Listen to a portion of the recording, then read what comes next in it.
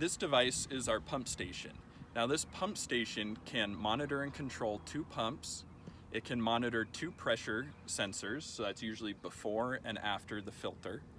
And it can hook up to 1 flow meter as well. And then if you have other sensors such as a depth levelment sensor for your reservoir or a tank level sensor, that can also hook up into here.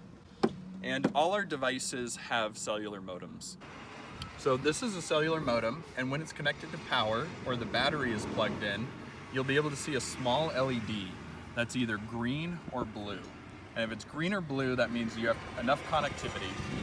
Now this device uses the same network as text messages, and so we usually say if you're at a job site and you can send and receive texts, you'll be fine. Inside the device, when you're wiring it, we have these vibration resistant cage clamps, so it's really easy just to pop in different wires. And then we also have status LEDs next to each individual cage clamp that lets you know when you're hooked up correctly and we're getting a signal. In our app, we also have instructions for all of this, where you can choose which VFD you're installing on, which flow meter you're installing on, and see step-by-step instructions on that. So the 4 things that you need to have for this to function at a minimum is you need power, you need a HOA switch, so a hand-off auto switch. You need this device to be able to send a signal to start to your pump, and you need that pump in return to send a signal that it's running. Now for the power, we use 24 volt DC power. We can either supply a power converter, or you can put one in the pump cabinet and run 24 volt DC power to this box. Now we use a maximum of 2 amps of power, but that's only in very rare circumstances. For the auto switch, we don't want this device to be able to turn a pump on and off at any time for safety reasons. And so we recommend that you have an auto switch somewhere on your VFD, or if it's a relay driven pump, on there as well.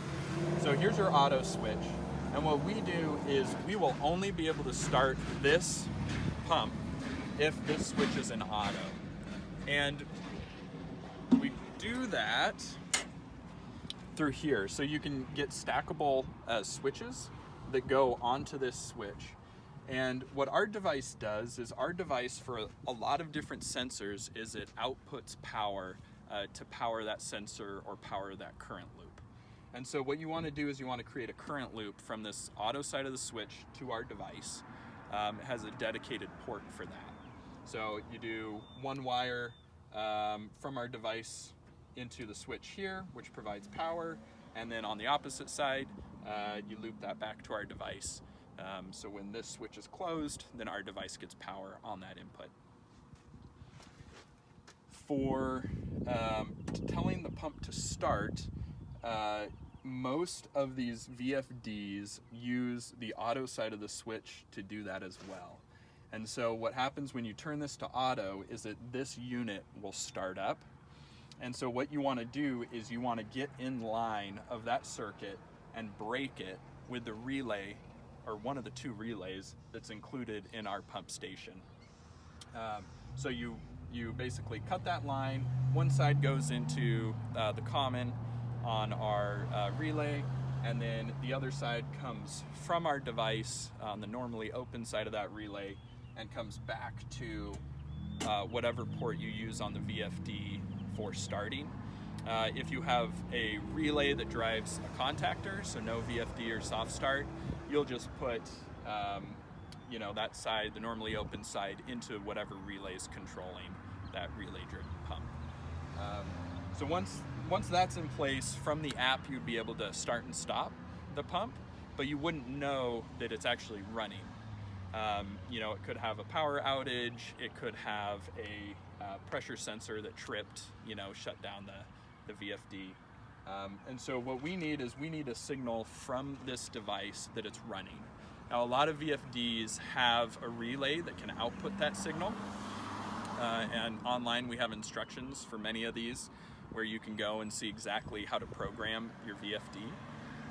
If it's a relay driving the contact, you would use a current switch, and that current switch fits over the leg's power here. So when the pump is drawing power, like it's running, then that switch is closed and our device gets a signal. And so again, we can output power for that current loop, so there's no additional wiring there. Now those are the 4 things that you need, right? Power, HOA switch, signal to start, and a signal that it's running.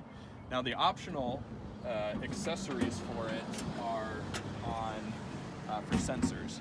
And so different sensors might include a flow meter, pressure sensors before and after the filter, or just one after the filter, as well as different floats or level measurement sensors. So this unit itself has a flow meter and a pressure sensor. And this is what do they have? They have a C-Metrics flow meter. And so our device can monitor any flow meter with a pulse output. And so C-Metrics, micrometer, we have no preference on what type of flow meter you use. And our device has an opto-isolated circuit. And so what that means is that it reduces the interference that you're gonna get.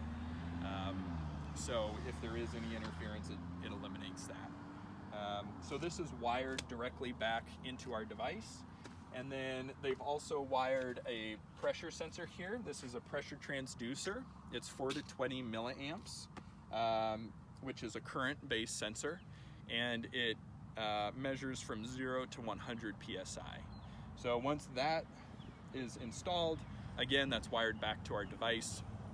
And then from there on our app, you can monitor all of that. So on the flow meter, you can get cumulative flow, pick a date range, understand how much water you're using. Pressure sensor, if you're before and after the filter, you can understand when that filter is clogged. You also might be able to tell, when something's broken, like if you have a major break in your irrigation. So that's a basic install for Altrac. And we've made it really easy to install. We have online instructions. We have physical indicators in the device when it's set up correctly. And then we also have a support hotline. So you guys can call us at any time, ask your questions. We'll put the link at the end of this video in case you're on the job site watching this now. But yeah, feel free to reach out.